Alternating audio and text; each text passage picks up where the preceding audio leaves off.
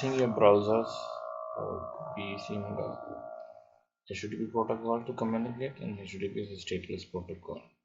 And for any website that you're going to use, it's required to maintain that session on different pages. For example, one user registration ends after completing many pages, but to maintain the user session information across all the pages, we need to maintain that cookie.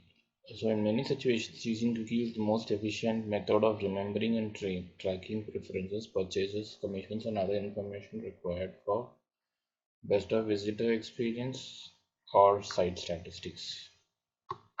Now, how does the cookie work? Your server sends some data to the visitor's browser in form of a cookie. The browser may accept the cookie. If it does, it's stored as a plain text record on the visitor's hard drive. So when the visitor arrives at the another page on your website, the browser sends the same cookie to the server for retrieval. Once retrieved, the server now remembers what was stored earlier. Cookies are nothing but a plain text data record of 5 variable length fields. One is expires, the date the key will expire. If this is blank, then the cookie will expire on the visitor quits the browser. Then the domain name of your website. Then you have the path. The path will direct your web page that shed the cookie. This may be blank if you want to retrieve the cookie from any directory or page. Then you have secure. If this field contains the word secure, then the cookie may be only be retrieved to the secure server. If this field is blank, then no such restriction exists. Then you have a main part where you have it in the form of name value pair. The cookies are set and written in the form of key value pairs. So cookies are originally designed for CGI programming. The data contained in the cookie is automatically transmitted within the web browser and the web server. So the CGI scripts from the server can read and write the cookie values that are stored on the client. JavaScript can also manipulate cookies using the cookie property of the document object. JavaScript can read,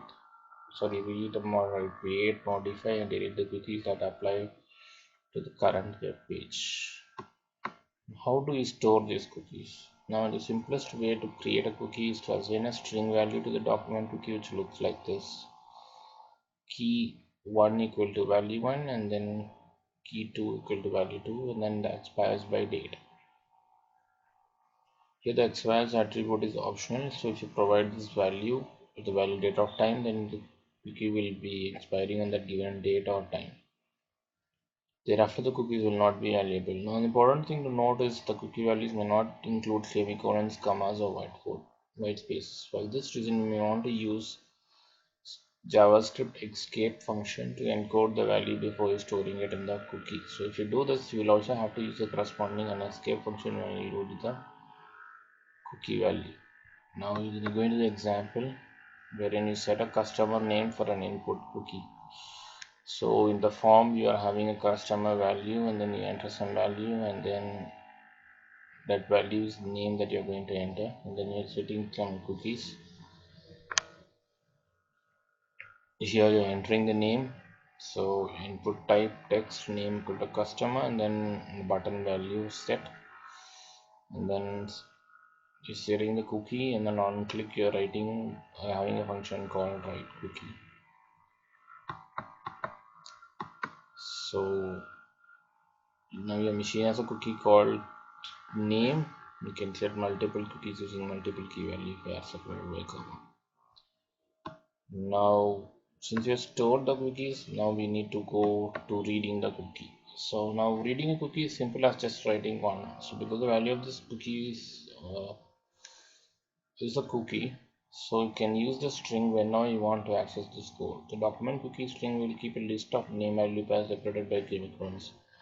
The name is the name of the cookie and value is its string value. So we can use split functions to create a string into a key and values as follows. So you have an example here. Therein you have a function as read cookie. Then you have document.write of all cookies and get all the cookies values in a pair. Now you have cookie array length, so you